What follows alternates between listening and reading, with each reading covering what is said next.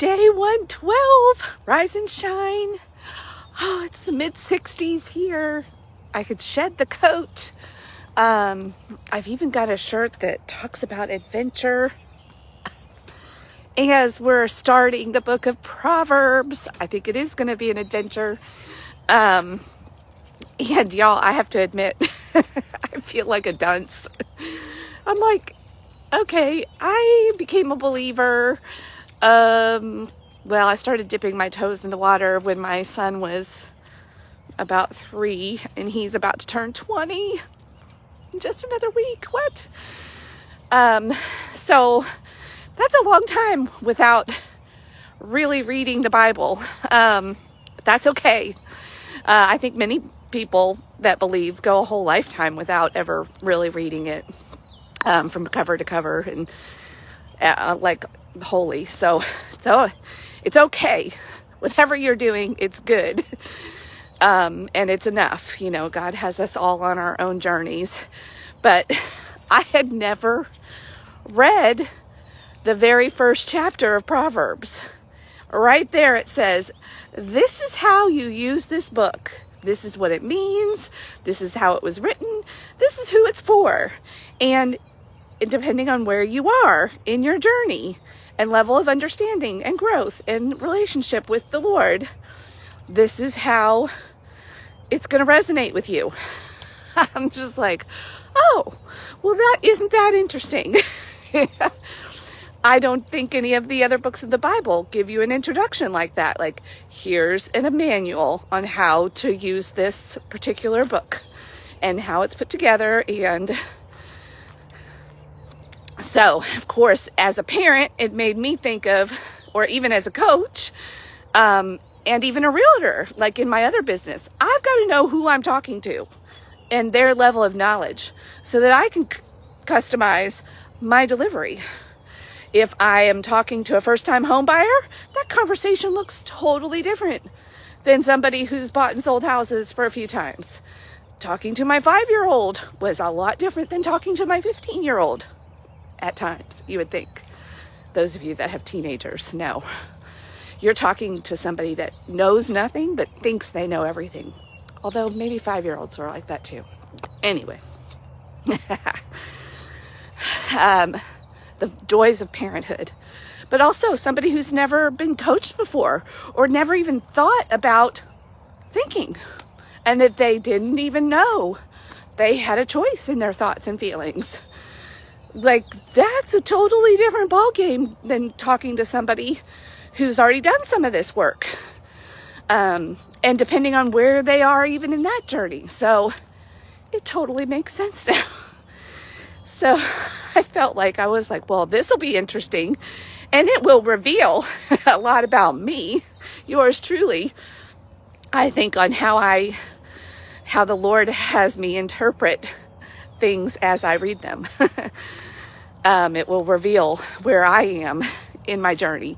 And in some areas, I might be wise. Some areas, I might be a fool. They use the word simple. If you're simple. So I'm sure I'm all of the things. I think we all are. I think there's very few that achieve, you know, that level of wisdom and enlightenment. We kind of know those people when we see them. There's something different about them that's going on.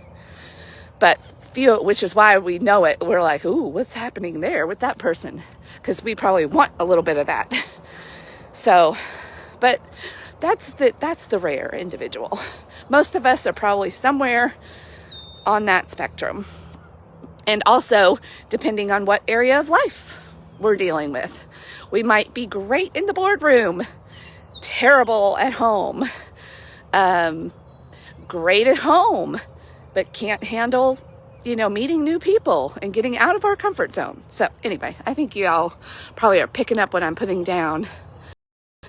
I took some great pictures already, and the sun is now hiding behind the clouds, but it is just beautiful. We've got glass today, a mirror on the lake. Beautiful, beautiful, beautiful. Here, well, maybe you'd rather look at the Kentucky bluegrass and blue skies and everything blooming. We've got some purple trees down there. Beautiful, beautiful.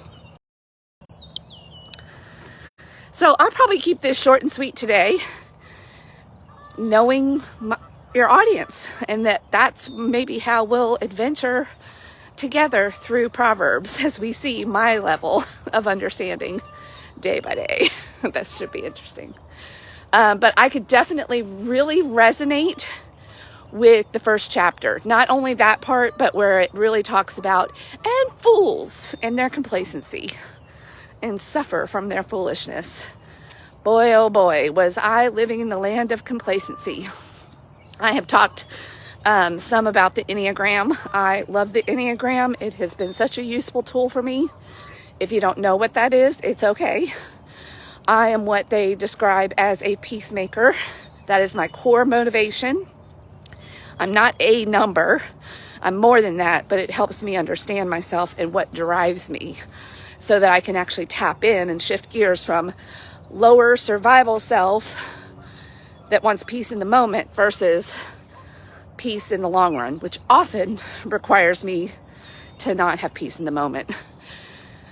So to have that greater peace. But when I was totally living just in survival mode, and it was partly because of my own foolishness and giving into my daily impulses to want to just pour myself out in service, and then I was caught in this cycle of just exhaustion, running, helping, doing for others, people pleasing, the disease to please that was exhausting me, and then not practicing any kind of real self-care, or didn't know the difference between having a glass of wine and true self-care. And so there I would sit, I finally have my me time, and I deserve these couple of glasses of wine. And then, you have the foolish consequences of that said couple of glasses of wine. You don't get to wake up fresh of energy, and you might have you dehydrate yourself every day, like all the things. And then for me too, usually a salty snack would come out with the couple of glasses of wine. And slowly over a decade, a few extra pounds of come on board this party of one fool. Anyway, so I'm dealing with all of those consequences now and really trying to turn the tide and turn around and live a new way, a way that is wiser and not simple and foolish only for the pleasures of today, because I want the overall joy and that peace that they talk about that surpasses all understanding. I'm starting to get a taste of it. But first I had to clear out the garbage, the stuff that was just, I would wake up, maybe after a couple of cups of coffee, I'd feel human again, feel like I had some energy. And like I had a few hours every day where I was like, okay, I can get a few things done. But I was still always like, when you're caught in that cycle, and what we know about brain science now is it's double whammy. When you turn to something by its very nature that's addictive, like alcohol is, don't care who you are, it is addictive. So there's nothing wrong with you. If you're caught in the same cycle that I was, you don't have to stay there. There is a way out, but it's a double whammy because it's a habit. Habits by themselves are hard to break. Habit combined with an addictive substance that's doing what it's doing with your mind and body chemistry, that's hard. So, and then if you've got that, relationship with food, if you turn to food like I did since you were a little child, and that's like your comfort and your, so anyway, we all have these things. Some of us turn to over-exercising, anything that you're overing, is the way of the fool, I think is what we're going to learn from Proverbs. That's good because that's demonstrating a misunderstanding of how things work, putting too much importance on yourself and self-governorship and self-reliance and all the things. So anyway, back to the topic, which was knowing your audience. So anyway, and you are your own audience. When you're trying to make change, this is part of why I drive home the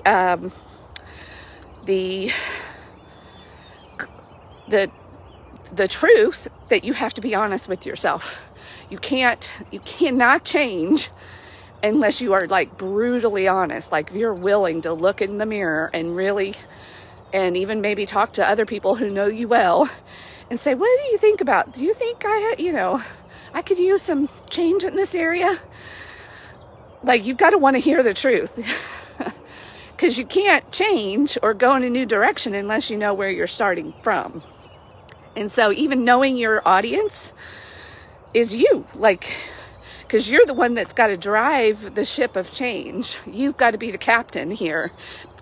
As even when you go to expert coaches and people that have done it before, they'll help you and they'll tell you what to do, but you're the one that's actually got to like do it and implement it. And if you know where you are in the journey too, and you try to go and get help, and you have yourself fooled thinking, oh, I'm not a beginner. I'm not simple. I'm not young in this journey. I know what I'm doing. And then somebody tries to help you from that perspective, you're going to get lost. And they're going to be giving you instructions that don't apply to you, or mentorship or whatever it is. So they've also got to know. You've got to be in proper relationship with yourself.